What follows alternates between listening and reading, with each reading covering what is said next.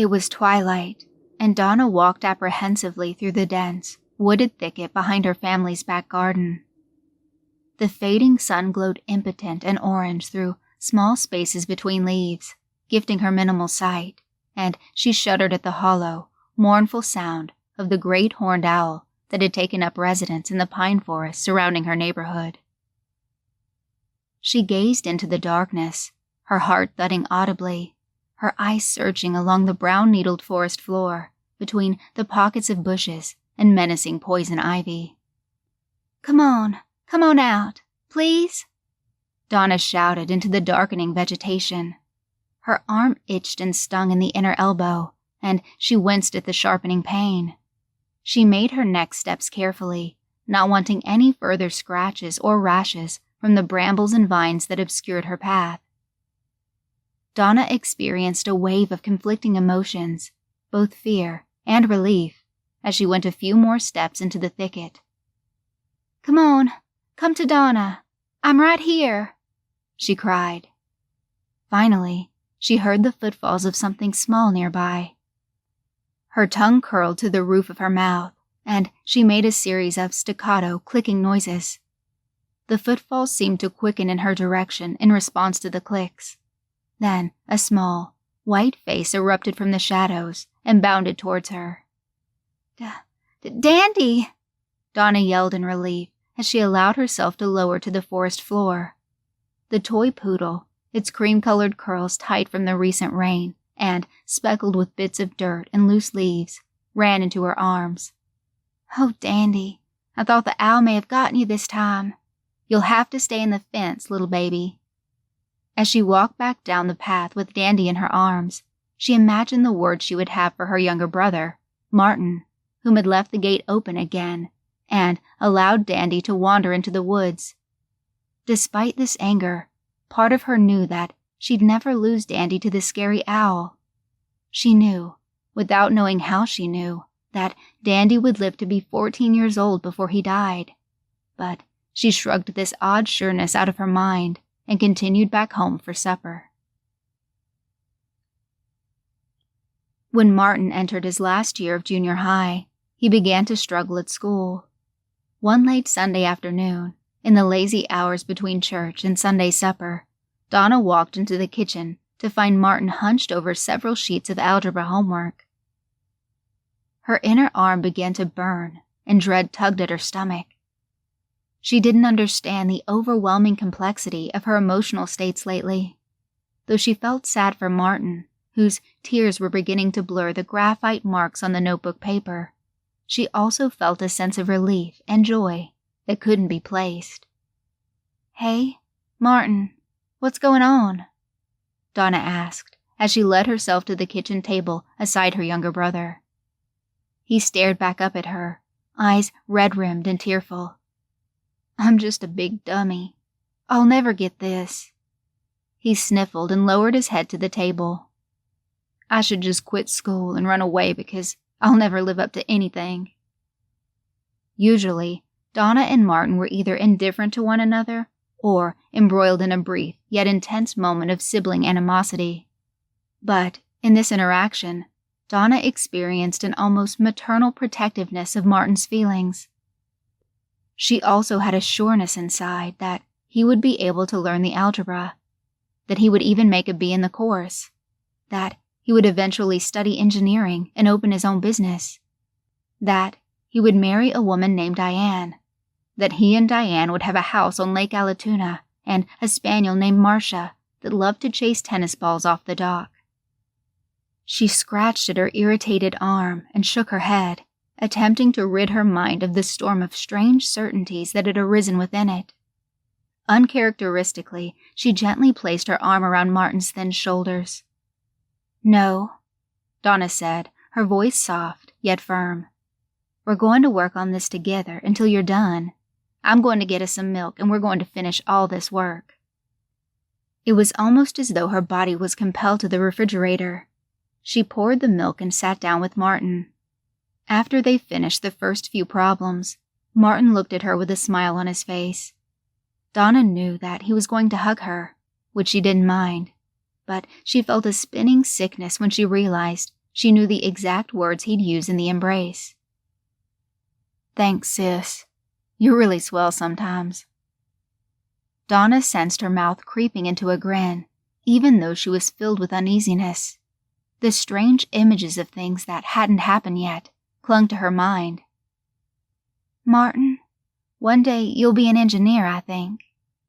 At least, that's what she tried to say, but she heard different words come from her mouth. "It's no problem. Just promise to let me watch what I want on the tube every once in a while. It's no wonder you're so far behind. Your eyes are always glued to the screen."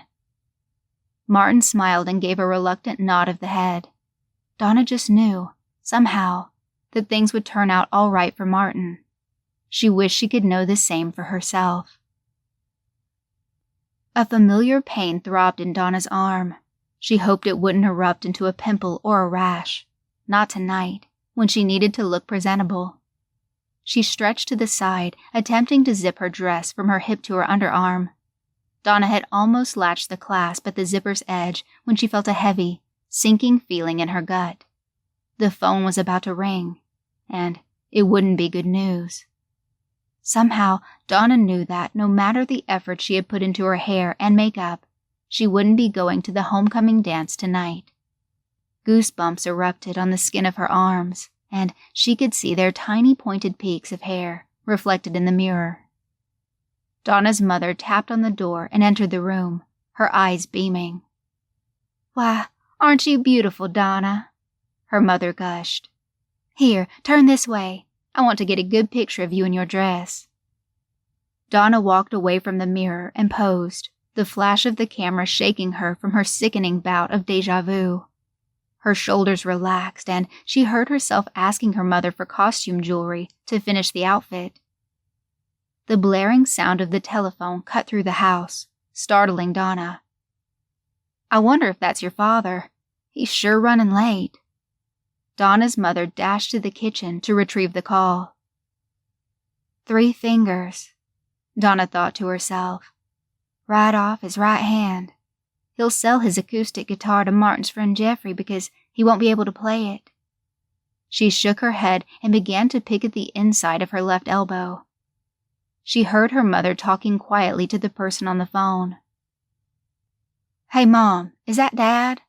Can you ask him if he'll pick up some root beer floats on his way home, since I did so well on my test?" Martin shouted from his room. Their mother rushed back to Donna's room and called for Martin to come in as well. "There was an accident at work. Dad lost 3 fingers on his right hand. I'll have to miss the dance." "Your father had an accident at the factory," Donna's mother said, with hushed urgency. "He's lost 3 fingers and some blood. Donna, you'll need to change and call Barry. You won't be able to go to the dance tonight, honey. I'm sorry. We need to go and be with your father. Martin, get your shoes on and grab a comic book since I don't know how long we'll be there." Donna felt her face contort into one of shock, but inside she felt nauseous and numb from knowing exactly what her mother would say. "Honey, we'll talk about it at the hospital. I know this is a big disappointment, but the important thing is that your father will be okay. Now, change back into your regular clothes. I expect you both in the car in 5 minutes." Donna felt herself begin to take steps to the bathroom so she could wash off the makeup. The tears had already carried mascara and eyeliner down her cheeks in inky rivulets. "I wasn't going to marry Barry Rushbaum anyhow," Donna thought to herself. "At the hospital, I'll meet Greg Clark when he helps me get my stuck cinnamon roll out of the vending machine. He'll ask me to marry him in October, 3 years from now, and I'll say yes." Donna held Greg's hand tightly as they maneuvered themselves along the mossy rocks that line the river.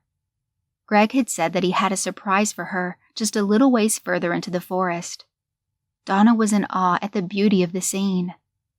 She had been hesitant to ask for this day off from the office. She hadn't worked there long and didn't want to be perceived as a nuisance to her boss. But, looking around, Donna knew that it had been worth it to take the risk. The sun filtered itself through yellow and red leaves, creating a warm ambience despite the slight chill of the crisp, fall air. Don't pull my left arm, Greg. It's sore again, Donna pleaded, but Greg paid no mind to her. He was obviously distracted. He appeared nervous, his strong jaw tense and his eyes feverish. Suddenly, they could both hear a persistent, splashy sound. He gently led her around the last bend, and there, before them, was a twinkling waterfall.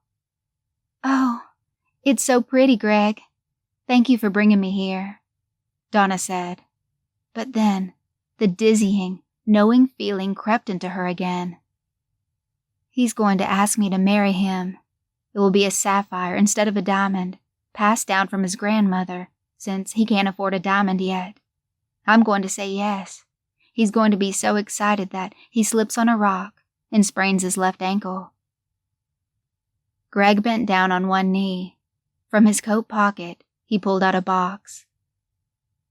"Donna, the past couple years with you have been the best. May I have the honor of having every year with you, from now till forever?" He opened the box to reveal a glittering, blue stone. "I don't have the money for a diamond yet, but I promise to work hard and give you everything I can." Donna hesitated. Though she felt excitement inside, she also felt anger. "We'll be married 11 years. Then he'll sleep with Anne De Leon, the children's choir coordinator at church. I'll tell him I want him gone, and he won't even fight me. He'll leave me for her like I never meant anything at all." "Yes," she heard herself blurting out. "With all my heart, yes." With frantic joy, Greg tried to jump from his kneeling position to kiss Donna, only to lose his footing and fall backwards along the riverbank. Knowing what she did, Donna didn't want to help him up, but she found herself doing so all the same, her left arm struggling to hold steady because it throbbed so intensely. "Damn it, if this isn't the strangest start to a happily ever after," Greg muttered. Donna's stomach had grown enormous. She looked down at it in disbelief. It was as if she had swallowed 2 basketballs. She felt almost constant fluttering within it, too, as if it were going to erupt and unleash a mass of hornets. When she ran her left hand over her belly, her arm received what felt like an electric shock. Suddenly, the massive belly morphed into a black, writhing mass of wiry lines that looped around themselves and sparked. They emitted a static crackle, and liquid rushed between her legs. "Help, Greg, help!" she screamed. Greg entered the room, smiled, and picked up the bedside phone. "Hello, Sandy. This is Greg Clark. Please tell Dr. Leroy that I'm bringing Donna in. It seems it's that time." Greg grabbed his suitcase and led Donna to the car. She felt like she should know something, but she didn't. All she really knew was that she was terrified of the black, electric snakes that coiled upon her abdomen. She fell into mental darkness, and her body went limp in the passenger seat of Greg's sedan. "Hey, baby doll," Greg whispered. "It's time to get up. Let's go see what Santa brought." He chuckled to himself and gave Donna's head a tender peck. Her left arm was sore again, as though she had slept on it for many hours. Donna stretched and put on her robe and slippers. She walked into the living room and saw the tree was decorated with ornaments and tinsel. It looked as pretty as a picture. Dozens of boxes surrounded the tree, wrapped in bright papers and sealed with ribbon bows. She was just about to sit down and open a gift when she felt a roiling cramp in her stomach. Sounds came from the hallway. Screeching, pattering sounds. Greg, in a voice too loud for the two of them, said, "Looks like Santa came." Donna looked to the hallway to see 2 identical figures emerge, wearing bright red and green pajamas. They were small and skinny, and where their faces should be, she saw blurred black static lines that hissed and spouted bits of white electricity. The 2 figures squealed, ambulance-like, as they ran to the tree and began ripping paper from the boxes. Donna felt herself smiling at the twin terrors before her, even though she was gripped with fear. No! She tried to scream. She wanted to run, but instead, she felt her body propelled forward. There was something red and bulbous in her hands. "Looky, looky, you two," Greg chimed. The shadows turned in unison and faced Donna. Although they didn't have faces, she could sense that they were staring directly at her, hungrily. They both shrieked and grabbed at the red tissued thing in her arms. She felt herself giggling as the tissue fell to the floor, revealing a brand new football. Both visages erupted in more squeals. Donna tried to put her hands to her ears, but it was as if her arms were too heavy. She thought she might vomit at any moment from the disorientation. She sat herself down on the couch and sipped the coffee Greg handed to her. "I must be in hell," Donna thought to herself. The maniacal screeching of the faceless beasts continued until Donna felt herself falling into a mid-morning drowsiness. She didn't fight the pull of sleep and was grateful to escape her living nightmare. Donna awoke on the couch. The house was quiet. A trash bag next to the tree was filled to the brim with scraps of gift tissue and wrapping paper. It was then that she remembered the chaos of the morning and the two demons with static skin and shrieking voices. Donna thought of running from the house, away from her too calm husband and the child-sized monsters. But her body only rose and went to the kitchen. She poured herself a cup of orange juice. Perhaps it was only a bad dream. Suddenly, the knowing struck again. The taste of the orange juice had reminded her. Something bad was about to happen. She just couldn't pinpoint what. First, a crash.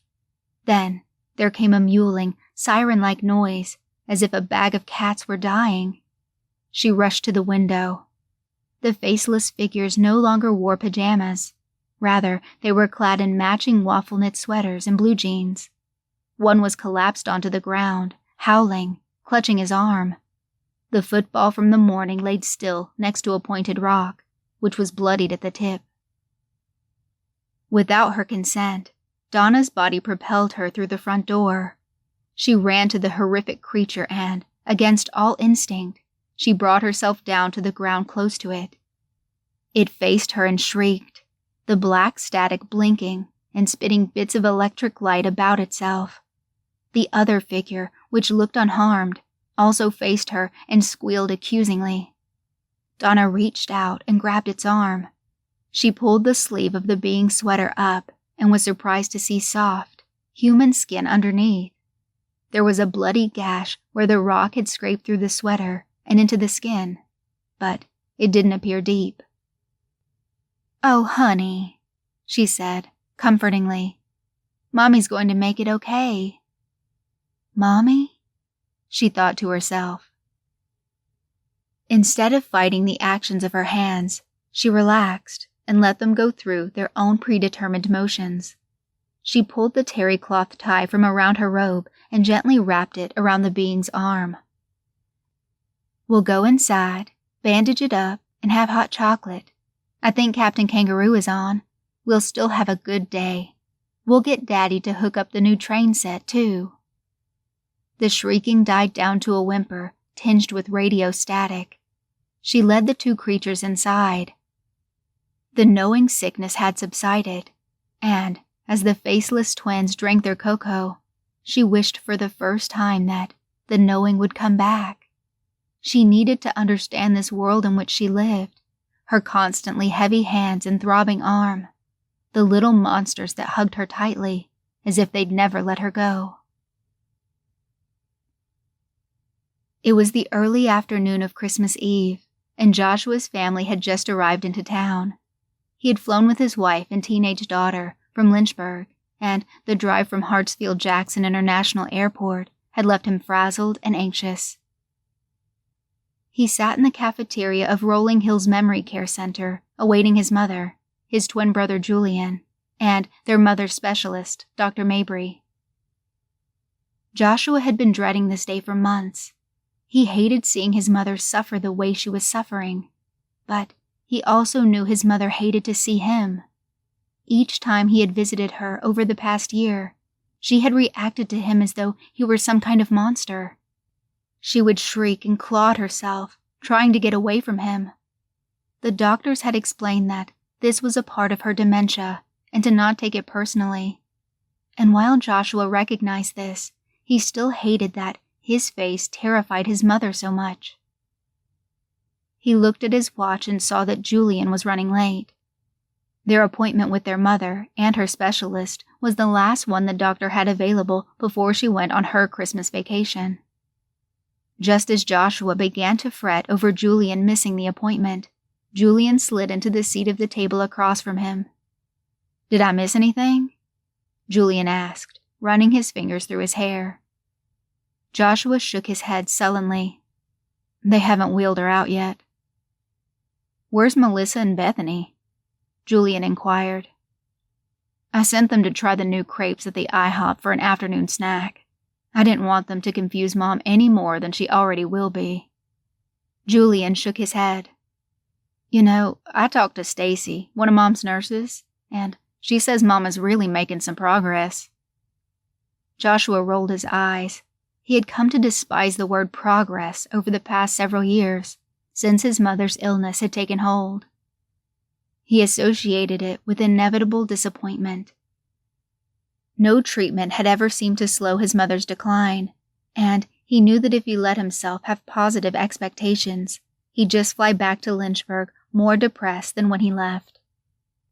As he saw the wall clock's arm begin to inch toward the top of the hour, he began to sweat from anxiety. He rolled up his sleeves and unbuttoned his collar. He knew that soon they would wheel out his mother, and the shrieking would begin the moment she laid her eyes upon her sons. "Hello, handsomes," greeted a warm voice from behind Joshua. He turned to see Dr. Mabry, smiling wide. "May I take a seat with you both?" "Of course," welcomed Julian. "It's good to see you, Doc. Where's Mom?" "I thought perhaps we could chat together about your mother's progress before her nurse brings her in. Would that be okay?" The twins nodded. "Well, I am pleased to say that the Remvivia injections are having their intended effect. Your mother has been showing regular, drastic gains in her recognition abilities. Progress is being made." Joshua interrupted. "You say progress, and honestly, Doctor, respectfully, I'd really like to know what that word means to you, because in the past, with other doctors, it has seemed to mean something completely different." Dr. Mabry gave a sympathetic nod. "Absolutely, I can see what you mean. It's been tough to see the disease get worse over the years. But I can say with complete assuredness, Remvivia is top of the line when it comes to treating dementia." "But what does it do? What has it done?" Joshua persisted. "Every other day, your mother is administered a dose of Remvivia by IV injection. There are a few side effects like some disorientation, drowsiness, injection pain, and a little stomach ache in some patients. Remvivia works by attacking the diseased brain connections, almost like it's killing weeds that grow in the garden of the brain. Over time, your mother is able to remember things that were once thought to be lost to her forever. We test her progress by using photographs. Julian has been helpful in providing as many photo albums as he could find in your mother's home." "But what can we realistically expect?" Joshua asked. "You can expect that your mother is functioning better than 3 months ago when the injection started. She has been regaining her ability to move physically. The nurses help her relearn activities like eating with a fork and getting dressed. If you show her pictures, she has a better likelihood of remembering components of that picture, like a name or a relationship," Dr. Mabry explained. Julian smiled, but Joshua maintained his hardened visage. "I guess the main thing, Joshua, is that Remvivia, along with the other therapies, means that you don't have to give up hope on your mother," Dr. Mabry concluded. "Ah, I see you're coming down the hallway. I'm actually going to let her nurse, Stacy, sit with you and let you have some time together as a family. Try to enjoy yourselves. It is Christmas after all." Dr. Mabry stood, smiled at the brothers, then walked over to a table where refreshments were being served. Joshua held his breath and looked towards his mother. "Joshua, look at Mom. She's walking," Julian said in amazement. It had been several months since their mother had regressed to using a wheelchair, as her legs no longer seemed to function meaningfully. But today, with the help of her nurse, she was slowly walking towards them. Her hair was tied back, and she had her makeup done. Joshua couldn't remember the last time she appeared so polished. "Miss Donna, I'm going to sit you here with your family," Stacy said as she lowered their mother into a chair at the end of the table. Donna nodded, but her face appeared unsure. Joshua searched his mother's face for any sign of recognition, but she averted her glance. Stacy pulled a stack of photographs from her scrub pocket and placed them on the table. "Now, Donna, why don't we go through these together and share some memories as a family?" Stacy asked. Donna nodded again. Stacy picked up the first photograph. It was an older photo, well before Julian or Joshua's time. A young Donna held a small white dog in her arms. Donna stared at the photograph, her eyes taking in the details. Suddenly, she blurted out, "Dandy, my dandy." Julian looked into Joshua's eyes, which were round as saucers. "Josh," Julian whispered. She spoke. It had been so long since they had heard their mother vocalize anything other than incoherent babbling and occasional screams. Stacy held out the next photograph. It showed a young boy holding a framed certificate, although the twins couldn't make out the writing on the certificate. "Martin, he got to be good at math," Donna said.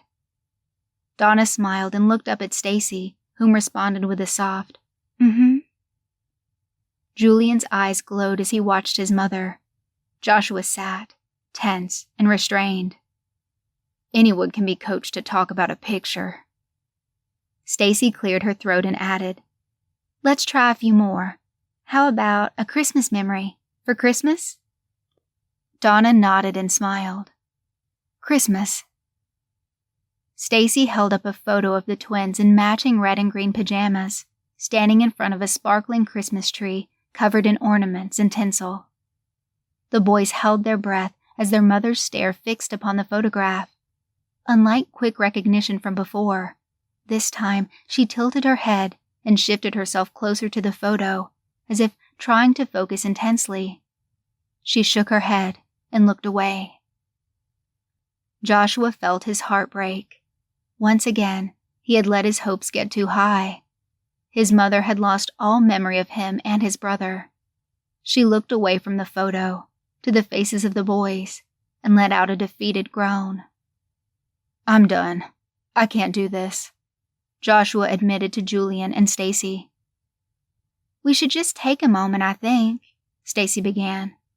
"Grab some punch and give her a little time to gather herself." Julian nodded in agreement. He and Stacy got up from the table and walked to the refreshments. Joshua glanced at his mother and hung his head. How could she remember a dog and not her own son's? It was then that he noticed the cold sweat in the armpits of his shirt. He had forgotten that Georgia was much less cold than Virginia in the winter, and the anxiety of the interaction had left him soggy and uncomfortable. He peeled the button-up overshirt from his body and folded it on the back of the chair. He sat back in his polo shirt and placed his arms, resignedly, on the table in front of him. He lowered his face into his hands and began to cry. Suddenly, he heard his mother make one of her shrieks. "Oh no," he thought to himself. "Now she's seen my face and Julian's face, and she'll bug out like she always does." But, in that moment, he felt a light, bony-fingered touch to his arm, right along the white, earthworm-shaped scar his mother had once bandaged on a Christmas morning. "Football," Donna said as she traced the scar with her fingertip. Joshua looked up and saw his mother smile at him for the first time in what seemed an eternity. Then Captain Kangaroo, It was a good Christmas, in spite of the tumble you took," Donna assured him. Joshua knew then that this Christmas would also be one he would never forget. And a huge shout out to my patrons, Miriam, Dan, Jeremy, Shoji, Jacob, and Teddy Dog. Thanks so much for supporting my channel.